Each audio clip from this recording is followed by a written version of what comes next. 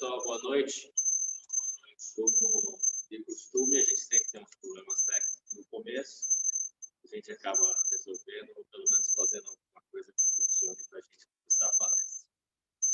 Então, primeiramente, eu gostaria de agradecer a todos vocês aqui. Gostaria de convidá-los para a gente fazer uma prece inicial, para que a gente possa dar início, então, à reflexão de hoje.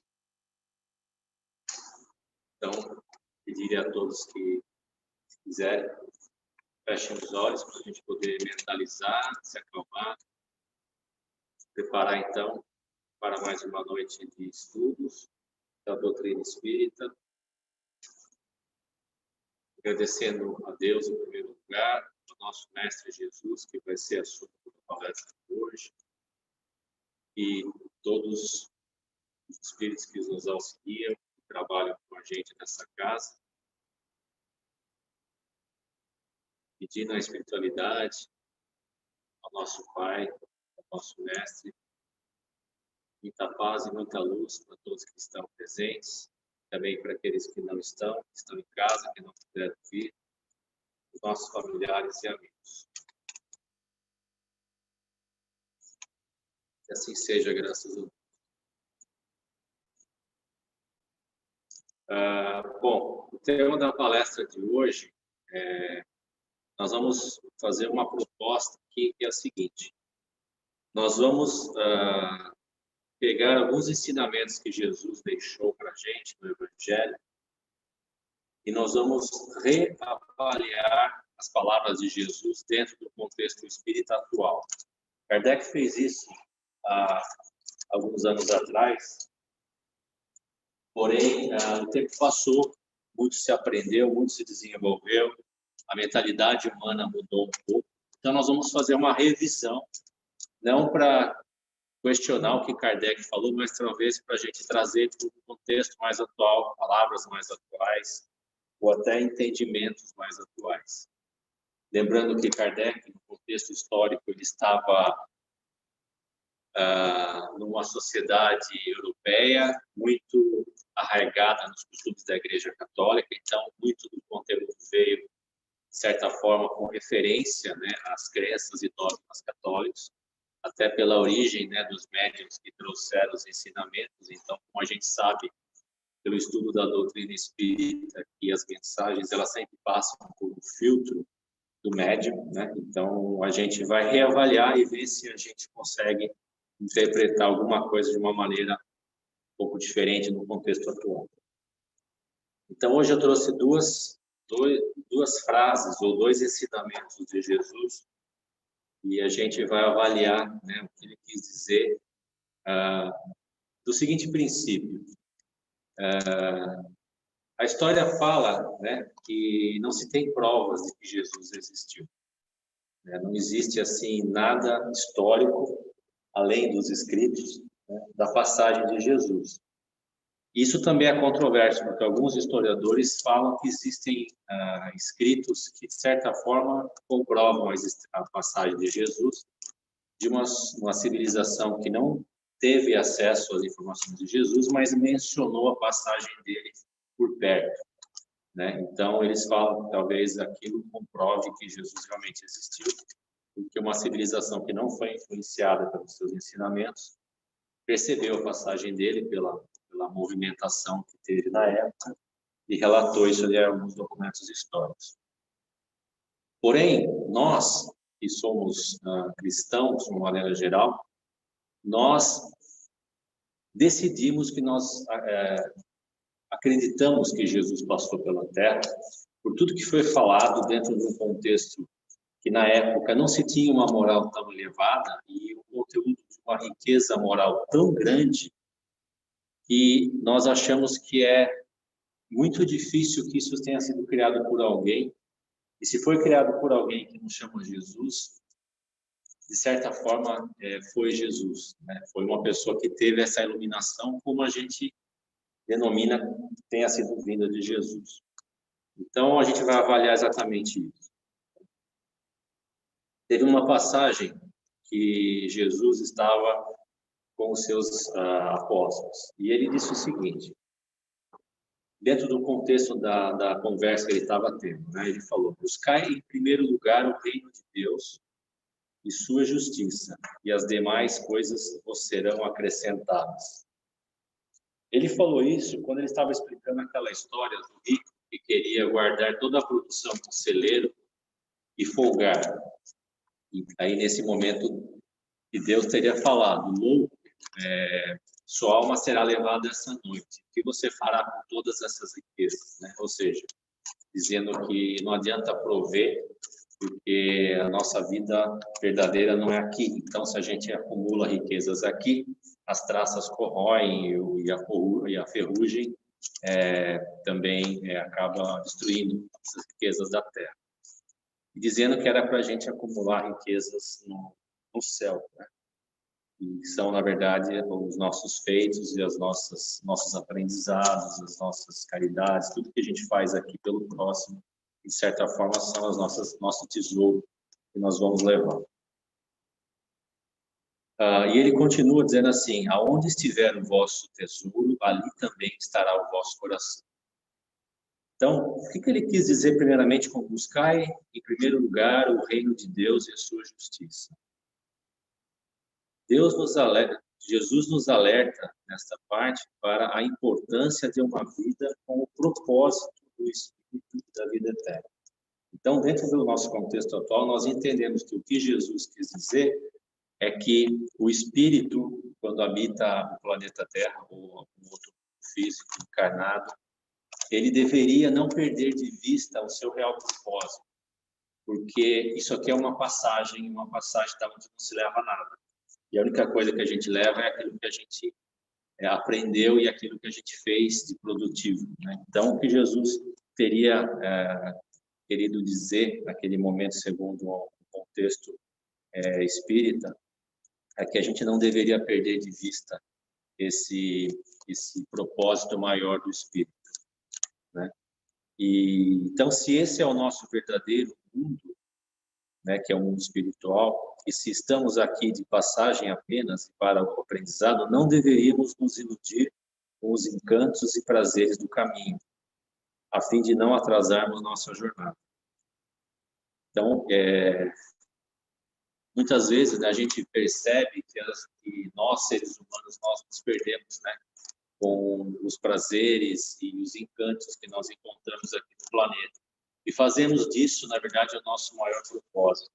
E esse é o nosso grande erro, porque o que Jesus nos alerta é exatamente isso, que nós deveríamos usar as experiências daqui, mas de forma a adquirir esse aprendizado, e não de se iludir, né, com as coisas que aqui a gente encontra. Cada parada que fizermos deveria ter o único propósito de adquirir o aprendizado necessário para continuarmos a jornada. A justiça divina, segundo a compreensão espírita, não é senão a busca constante do equilíbrio de nossa tripulação. Então, quando ele fala para a gente aqui que nós deveríamos buscar a justiça divina, dentro do contexto atual, e que é uma coisa que fica muito marcada no Kardec, devido à cultura da época, é que hoje nós já entendemos que a justiça divina não é como uma lei humana que é aplicada ou é forçada em cima das pessoas, ou, de certa forma, é uma punição que é aplicada para aquelas pessoas que fazem alguma coisa que sai fora da lei.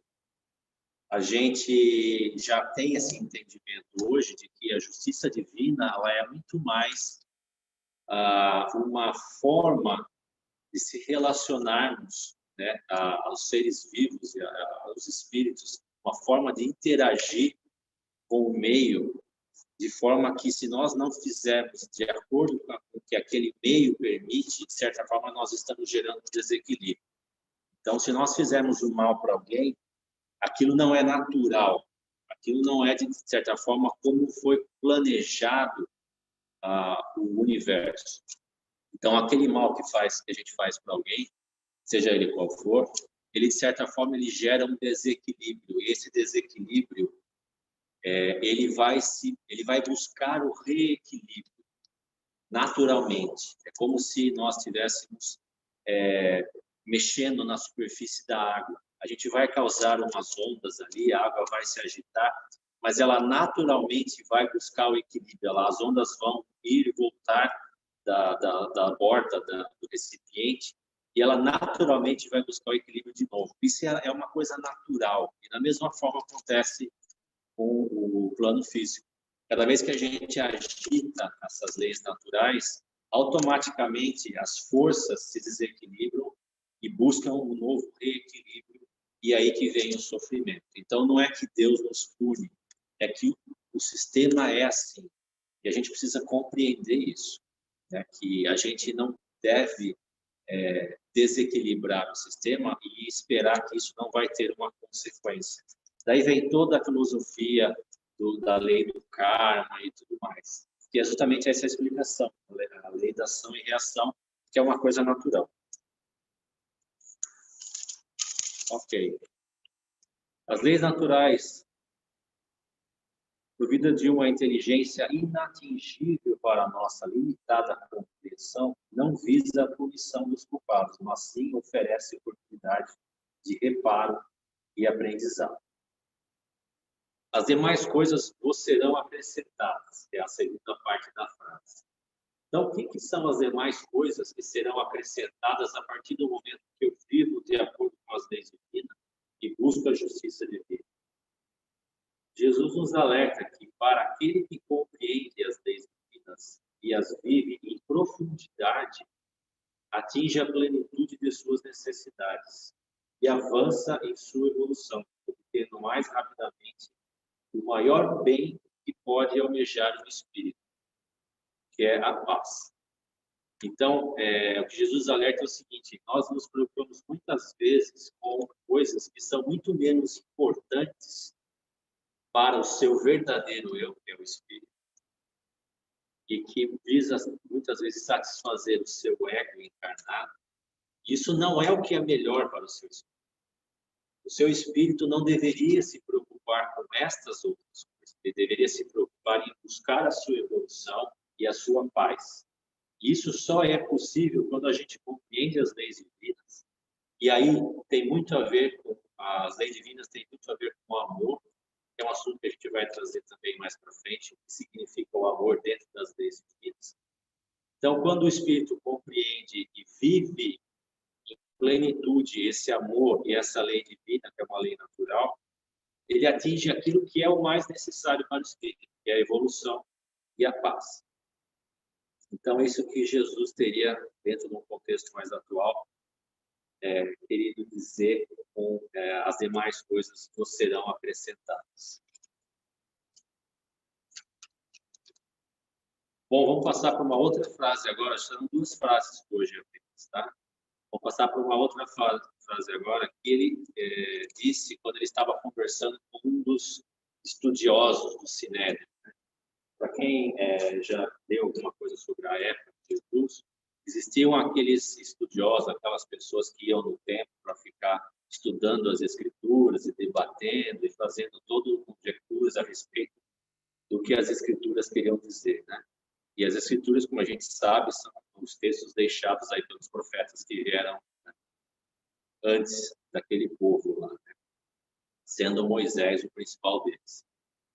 Então, Jesus estava conversando com um daqueles mestres, eu não sei qual é o título que eles davam para aquelas pessoas, mas aquelas pessoas que eram tidas como mestres, e aquela pessoa, ela já estava convencida da grandeza de Jesus.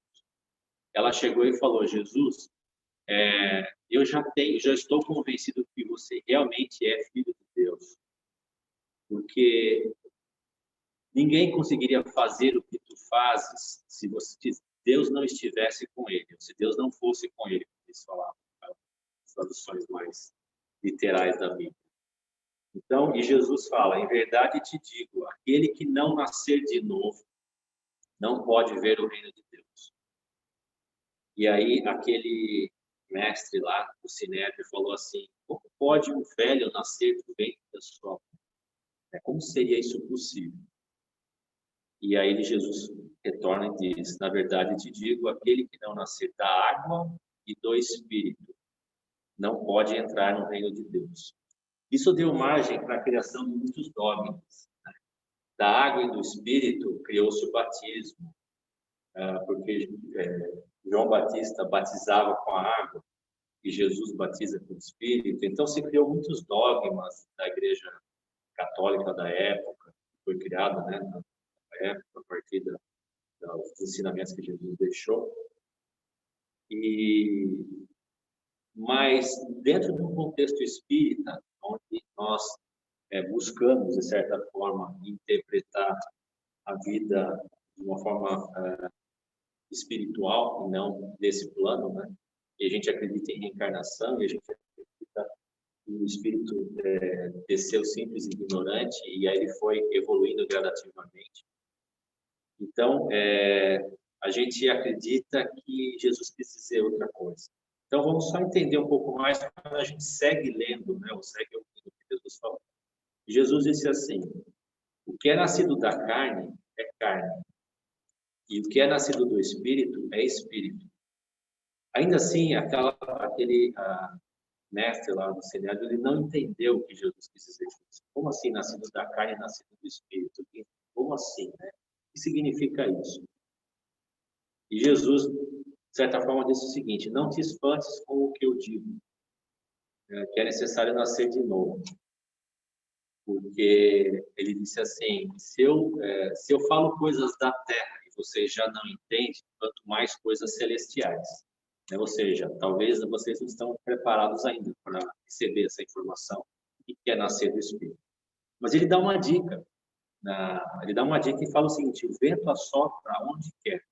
Ouves a sua voz, mas não sabe de onde vem e para onde vai. Assim é todo aquele que é nascido do Espírito. Então, o que Jesus quis dizer dentro do contexto atual? O vento assopra, você não sabe para onde ele vem e para onde ele vai. E assim é todo aquele que é nascido do Espírito. Hoje nós sabemos, né, através da doutrina do Espírito, que o Espírito, quando ele atinge o seu grau de evolução, ele não tem mais a matéria, ele se desmaterializa. E o fato de ele desmaterializar, ele não tem não só a matéria, mas ele também não está, de certa forma, limitado em nenhum espaço físico. O espírito, ele habita, ou ele vai, ou é o pensamento do espírito, a manifestação do espírito, ela não é temporal e ela não é espacial mais. Né? Então, tem muito a ver com o que Jesus falou já naquela época, que o espírito, quem é nascido do espírito, e ao meu entender significa um espírito evoluído, né, que ele nasce do espírito, ele não mais nasce da matéria, ele não precisa mais encarnar. Então, de certa forma, é como se o espírito fosse se renovando dentro do plano espiritual já evoluído. Ele é como o vento, que sopra onde ele quer, ou seja, ele está onde ele quer. Só que a gente não sabe de onde ele vem e para onde ele vai. Ele não é mais tangível. Né? Então, Jesus quis dizer com isso, de acordo com a minha interpretação que eu estou trazendo como proposta para vocês aqui.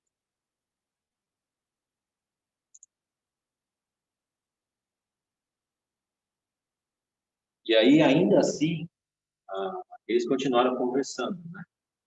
E ele percebeu que aquele mestre lá, ele não tinha ainda capacidade de compreender as coisas que Jesus explicava.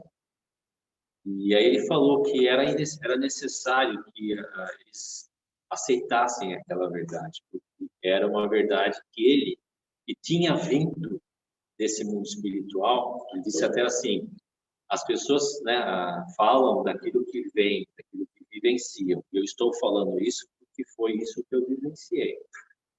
Né? E ele fala: é importante que as pessoas entendam, aceitem e busquem entender o que eu estou falando. Porque dessa forma viverão a paz, né, e não sofrerão e poderão ver o reino de Deus. E ele fala: e as pessoas que não buscam esse aprendizado, esse entendimento, de certa forma, elas se condenam. Né? E aí ele disse uma frase que acho que vem muito a calhar com o que a gente está falando de Deus ao mundo. Ele diz o seguinte: e a luz veio ao mundo. Ele fala: como que é essa condenação? Explicou o mestre. E a luz veio ao mundo, E os homens amaram mais as trevas. Ou seja, ele está dizendo, foi o livre-arbítrio do homem e preferiu as trevas do que a luz que estava sendo proposta. Amaram mais as trevas do que a luz, porque suas obras eram más. Porque todo aquele que faz o mal odeia a luz e não vem à luz para que suas obras não sejam reprovadas. Ou seja, ele está dizendo, não é Deus que é o homem que muitas vezes prefere viver nas trevas, porque é ali que ele encontra sentido para a vida. Mas quem pratica a verdade vem para a luz, a fim que suas obras sejam manifestas, porque suas obras são feitas em Deus. Isso que é a parte mais importante que ele falou. A pessoa que compreende as leis naturais e busca uma vida de reflexão, vida de espiritualização, de iluminação, elas vêm para a luz, ou seja, elas evoluem para que as suas obras se manifestem, ou seja, para que aquilo que ela está fazendo faça sentido, não só para ela, mas para todas as pessoas que ela está, de certa forma, impactando positivamente. Porque as suas obras são feitas em Deus. Não é com Deus, não é por Deus, é em Deus. Aqui ele já está dando uma dica de que Deus não é um ser à parte, não é uma entidade personificada. É, de certa forma, um sistema, porque as obras que vêm para a luz são feitas em Deus, ou seja, dentro das leis divinas. Então, com isso aqui, se você for pegar as partes que Jesus falou dentro do contexto atual, a gente consegue tirar muitos ensinamentos que na época, ou até há pouco tempo atrás, a gente não conseguia entender, né? E quando a gente vive uma vida onde a gente personifica Deus, onde a gente, de certa forma, deixa para Deus, né, a responsabilidade de fazer alguma coisa por nós, sem que nós tenhamos o compromisso de fazermos por nós mesmos, ou sendo que a gente espera que Deus nos dê, mesmo sem eu ter mérito para receber, isso mostra a nossa infantilidade espiritual. Porque Deus é o sistema. Deus é aquilo que a gente, de certa forma, vive e, de certa forma, nós fazemos parte. E Jesus falou em várias vezes que Deus está em nós e nós estamos em Deus. Ou seja, nós fazemos parte desse todo, desse sistema. E a partir do momento que nós vivemos essa vida em Deus, a gente consegue progredir e ir para a luz. Ok? Alguma pergunta? É só isso por hoje, pessoal. Uma pergunta aí? Você comentou sobre as que odeiam a luz, né?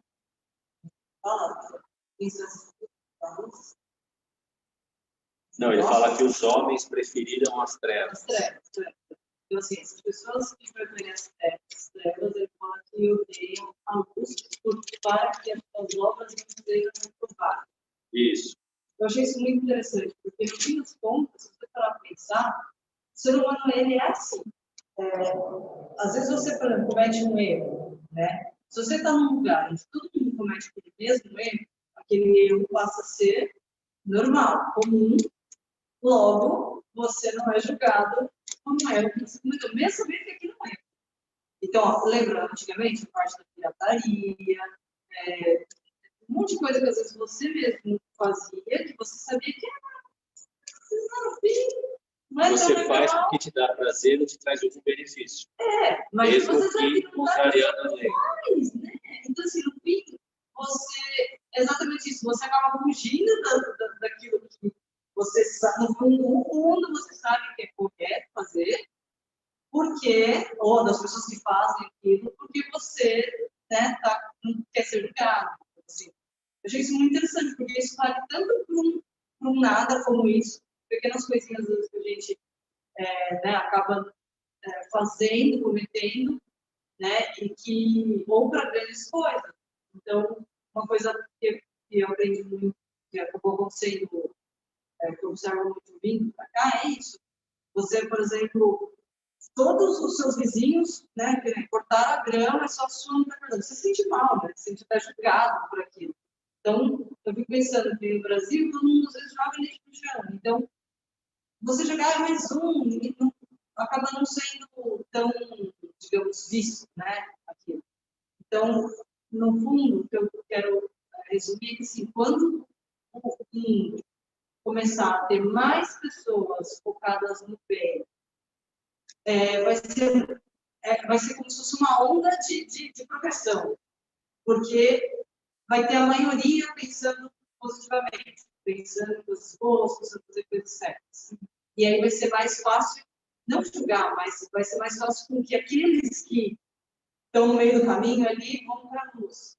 Mas eu até acredito muito nisso da seguinte forma, eu acho que, por isso que a evolução tem que ser coletiva. Quando você faz parte de uma sociedade mais educada, nesse caso que você está falando, onde essas coisas erradas não são aceitas, você aprende isso, de certa forma isso passa a fazer parte de você. Tanto que se você se muda para um lugar que é menos educado, você se choca. E você não é assim. É lógico que, dependendo da sua índole, se você ficar mais tempo lá, você pode acabar relaxando e até fazendo as mesmas coisas.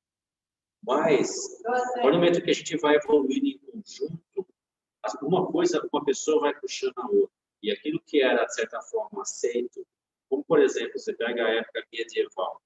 Na época medieval, as pessoas matavam as pessoas e não era considerado crime, existia motivo. Ah, matou porque roubou, matou porque traiu, porque mentiu. Isso, existia esses sacrifícios, essas condenações em praça pública e tal, todo mundo ia lá e vibrava, fazia festa. Hoje já choca. Hoje, se você vê, por exemplo, tem um país que faz isso, você já acha aquilo um absurdo. Ou quando acontece alguma coisa, algum crime assim, você já se choca. Né? Então, a sociedade evoluiu. E assim também vai ser com tudo, sabe? O ser humano ele vai evoluindo coletivamente. E as gerações que vão vindo, elas vão aprendendo de maneira certa. Então, o espírito, ele vem, não é que o espírito que está sendo agora, ele só, de certa forma, ele só faz as coisas certas porque ele nasceu agora. E se ele tivesse nascido na época medieval, ele ia fazer as coisas erradas. O espírito, ele também já passou por aqui. A gente sabe que ele já viveu aquela realidade. Ele já matou, ele já aceitou a morte como você sabe, o assassinato como sendo uma coisa normal. Só que ele veio evoluindo. E a sociedade como um todo agora já não aceita e ele já nasce dentro dessa sociedade.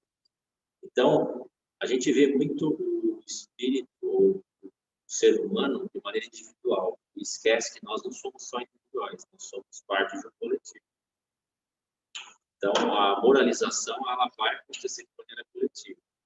Senão não acontece. O ser humano ele é relaxado, ele acaba ficando, né? Aquilo que está bom para ele. Se ninguém cobra, se a sociedade não cobra, ele vai deixando acontecer.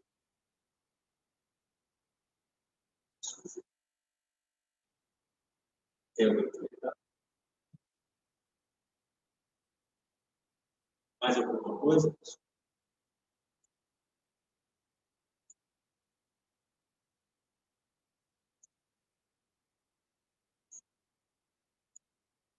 Bom, se não tem mais, então, vamos fazer a oração de fechamento. Alguém quer fazer? Então, vamos agradecer toda a equipe espiritual que nos auxilia aqui nessa casa. E também fazer, né, um pedido para as pessoas que estão em casa, que, se puderem, compareçam aqui na nossa reunião. Nós estamos retomando as nossas atividades e gostaríamos muito de vê-los aqui presente para a gente poder debater, poder conversar, poder vê-los também, né, para matar a saudade de todo mundo. Então, agradecendo a espiritualidade que nos auxilia, por todo esse suporte que nós recebemos, e pedir a mesma espiritualidade que continue nos apoiando, continue nos ajudando no nosso caminhar, nossa jornada evolutiva, nos alertando. Nós sabemos que a decisão final é nossa, onde deixou bem claro, nós temos o livre-arbítrio, porém a espiritualidade sempre nos alerta, e esse alerta sempre vem na nossa consciência das coisas que a gente está fazendo, deveríamos fazer diferente, deveríamos fazer melhor, deveríamos nos preocupar mais com os outros, né? E auxiliar os mais necessitados. Então, de certa forma, vamos dar ouvido para essa intuição, porque é a espiritualidade fazendo o trabalho dela. Agradecer ao nosso mestre, agradecer a Deus por essa oportunidade. Que assim seja, graças a Deus.